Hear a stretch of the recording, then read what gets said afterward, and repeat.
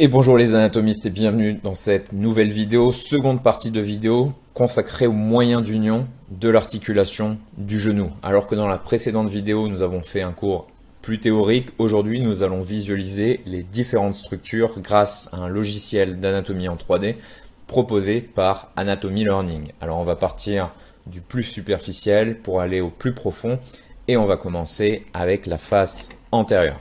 Donc ici, vous pouvez le voir, c'est le ligament patellaire qu'on appelle également le tendon patellaire et qui va de l'apex de la rotule à la tubérosité tibiale et qui est oblique vers le bas. On va le disséquer. Ensuite, nous allons retrouver ce qu'on appelle les rétinaculums patellaires. Dans l'ancienne nomenclature, on les appelait les ailerons ménisco-rotuliens. Vous en avez un latéral et un médial et qui sont des aponevroses respectives du muscle vaste latéral et vaste médial. Et vous avez l'aponévrose du muscle tenseur du fascia lata qui va s'insérer sur le rétinaculum rotulien latéral et ces deux structures vont être intimement liées. Donc on va les disséquer. Ensuite, on se retrouve sur un plan profond. Ces deux ligaments là qui vont venir renforcer la capsule. Donc vous avez le ligament, les ailerons rotuliens, en anglais ils appellent ça patello-fémoral, et qui vont venir unir la patella aux épicondyles fémoraux. Vous en avez deux, un médial, un latéral.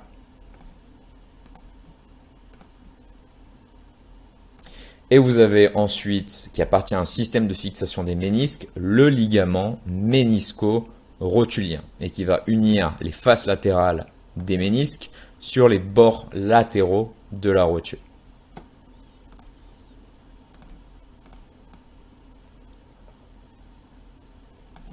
Très bien.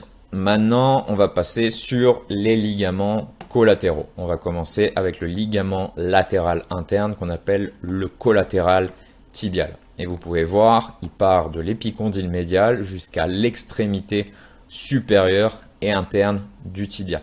Et vous avez quelques-unes de ces fibres qui sont attachées à la capsule et au ménisque médial également.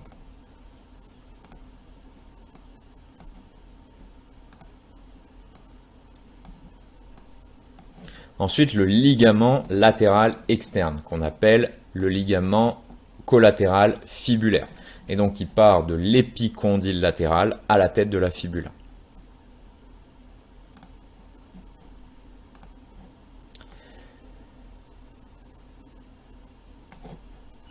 Ici, on retrouve des expansions musculaires. On parlait de l'expansion du muscle semi-membraneux, une expansion du muscle poplité, mais aussi du biceps fémoral. Donc, on va retrouver notre ligament poplité arqué et notre ligament poplité oblique. Donc, le arqué qui est ici et qui naît de l'apex de la tête fibulaire, qui est oblique vers le haut et médialement et qui se divise en deux faisceaux.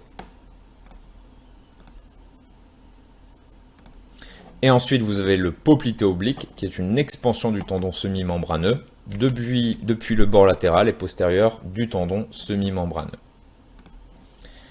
Et finalement, on retrouve notre capsule présente ici avec cette forme de cylindre, cette dépression sur la partie postérieure et une fenêtre pour la rotule. Si on supprime la rotule, vous voyez à quoi ça ressemble.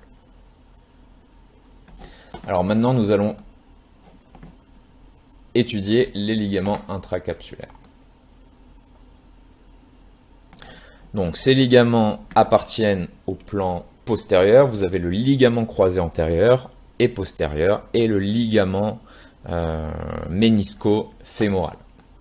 Donc ici, nous avons notre ligament ménisco-fémoral qui est formé par l'expansion du ligament croisé postérieur qui va de la corne postérieure du ménisque latéral et il est fixé, comme vous le voyez, au condyle médial. On va le supprimer. Ensuite, vous avez le ligament croisé postérieur qui est rattaché à la fosse intercondylaire, ici présent. Et finalement, vous avez le ligament croisé antérieur de l'espace intercondylaire du tibia entre les cornes méniscales.